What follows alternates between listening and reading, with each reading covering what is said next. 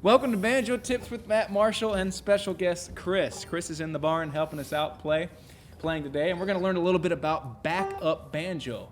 It's something that a lot of us work on or stay away from because we don't know exactly how it works. We see them doing things, but it seems real detailed. And so we want to illustrate that today. He's going to play a little Cumberland Gap, and I'm going to do a little Cumberland Back Up. All right, you ready? I'm ready.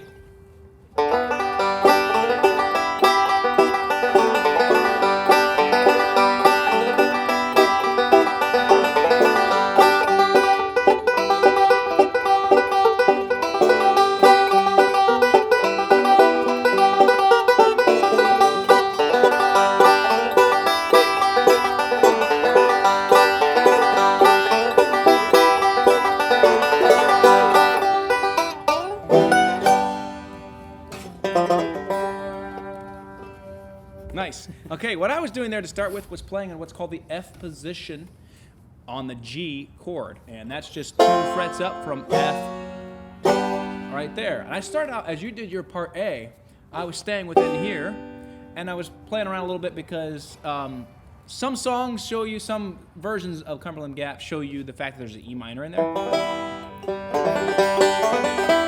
Right there. Is an E minor, and so I was throwing that in the background. You were going dun dun dun dun dun dun dun. I'm playing right there the E minor, which is found there. That's second position E minor. Here's first, second position E minor, third position E minor is right here. So we use that a lot, as he did in the second part, right there. I was using it right here for backup, and the reason why I do that is a little tip for you and for others. When a banjo player or another bluegrass musician is playing a higher register, you want to try to play in a lower register, and vice versa. So you playing down the neck, I like to try to play up here, or play. Okay, play a little higher, maybe two octaves higher, gives a little bit something interesting, and especially if you have 2 banjos, you know. Two banjos is like heaven to us, but two banjos to other people is like having your fingernails pulled out with pliers. Yeah. But they'll be okay. So what you need to work on is being able to do that position. Now, Cumberland Gap's a real easy song because it has basically G. There is an E minor, and then there's one more chord. What is it? It's the 5 chord, which would be D. So right there is one beat of the 5 chord. E minor, D, like that. So then the second part he was playing, etc. And I was playing a little bit of this in what's called the D position G. Okay, right here, and then E minor is right there. What I like to do most of the time when I back up is play in the D position G, because here is C, 4 chord, and the 5 chord is there. Here's E minor. I also can play the C as a barred chord, or I can play the D as a barred chord, and then the C as a barred chord. D7 is right there. So I like to use that a lot and stay right there. You can do a lot of stuff right there to be found. Stuff like that. So I will stay like this, and then sometimes when I'm backing people up, I'll slide between. Try that. I'm going to illustrate that. But Cumberland Gap, you ready? I'm going to slide between the two positions. Okay. 1, 2, 3, and.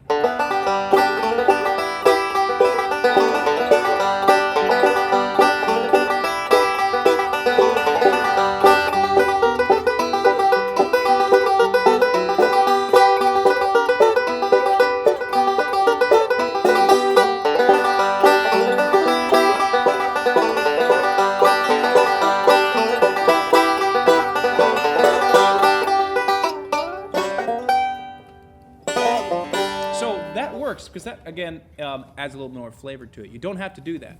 Now, rhythmically, let me explain this real quick. Most of the time, the vamping or chops, we call it, are done on the back beat. And that would be 1, 2, 1, 2, or 1, 2, 3, 4. It's 1 and 2 and 1 and 2 and 3 and 4 and. I will sometimes do a downbeat, bum, bum, which is a little bit more like what the guitar does. Bum, chuck, two, chuck, bum, they hit the bass note. Yep. And I'll do that sometimes, especially when I'm backing up somebody with no other instrument. I want to be able to give a little bit more rhythmic to it. I'll play and do little flares. But what helped you, since you're here, he's right here, what helped you to learn to do those backup chops, the vamping? Well, learning the position obviously was the first thing. Taking that slow until it felt comfortable. Usually you learn the rolls first and learn your rolls, and then after I did that, I started learning the chord positions. And as soon as I learned the chord position, you just start doing some slow rolls over your chord position, trying to switch back and forth until it feels a little more comfortable. So you started with a roll. And I did. Yep, start out with the roll.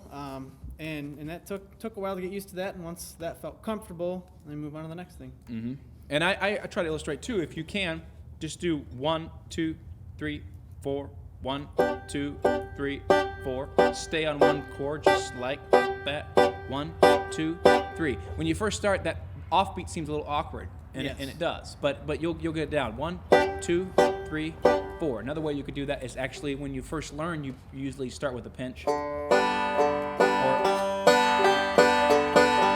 Before you break up the chord into a roll, you can do that here. So basically you're playing 1, 2, 2, 1, 2, or 1 and 2 and 3 and 4. Then you can just take those out and do a phantom downbeat. 1, 2, 1, 2. Okay, they'll find you somewhere and have to lock you up if you do that for too long. But work on that. Learn this. 2 things. Learn how to play that offbeat and strike it nice. I'll change, by the way, real quick. I'll change how I play it sometimes. Sometimes I'll be down here for a little more brassy, vibrant sound. And then sometimes I'll shift my position up here. It's more of a mellow sound. And then another thing to learn, so you can do that, change the sounds of it, but also learn to play the offbeat and then learn the different chord positions. Okay, so you have your F position G, then you have your D position G, then you have your barred position G, and then you're back to your F position G high, and then one more. Okay, which is your last D position G. You don't always necessarily want to play that high, but it is nice. If you're playing in the background, you know where that's at. To be able to play between those D and then your C, or your first position C, barred. Okay? So learn those, because then you can practice by you're just doing bum, chuck, bum, chuck, bum, chuck, bum, chuck, bum, chuck, bum, bum. And keep changing positions, and then go to your 1, 2, 3. You can do your forward. There's your forward chord. 5 chord. Just like that. So you keep adding them to them. Do them slow. Practice your bum chuck. And one more tip I would recommend that helped me a lot starting out too, metronome. If you don't have a metronome, there are free apps out there on the PC. So definitely it helps you get your beat down. Plus, you can learn when the off beat is, and that'll keep you on track to make sure you're hitting the off beats and not getting off track with your rhythm. And I would recommend a metronome that made a different sound for the downbeat, because then you can tell where you're at. Yes. A lot of times you'll get mixed up thinking, oh, I'm doing it. You get with the band, they're thinking, what in the world? That you went right off, went off there. So find one maybe that has like a tick tock, tock, tock, tick, tock, tock, tock, tick, tock. So you know that tick is the downbeat. And I found that to be helpful too. So thanks for swinging by and watching. Keep tuned. We'll try to bring you some more. Hope this was helpful to you. Let's bring them out. Let's take them out with, I don't know. Joe Clark.